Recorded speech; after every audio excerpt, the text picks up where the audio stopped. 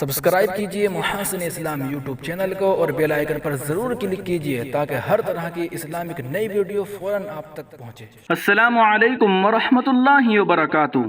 افغان نائب وزیر اعلیٰ ملا برادر نے افواہ بازوں کو امن کا دشمن قرار دیا۔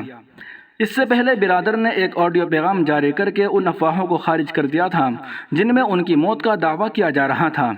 افغان حکومت کے سیاسی دفتر کے ترجمان محمد نعیم نے اس پیغام کو جاری کیا تھا۔ نئی دہلی۔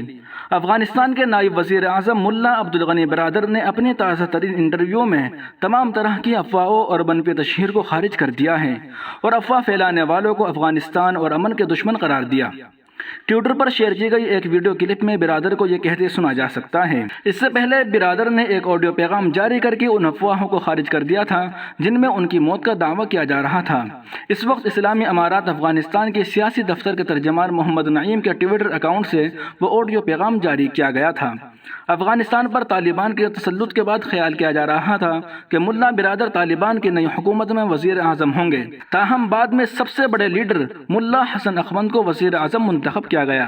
سبسکرائب کیجئے محاسن اسلام یوٹیوب چینل کو اور بیل آئیکن پر ضرور کلک کیجئے تاکہ ہر طرح کی اسلامک نئی ویڈیو فوراً آپ تک پہنچے۔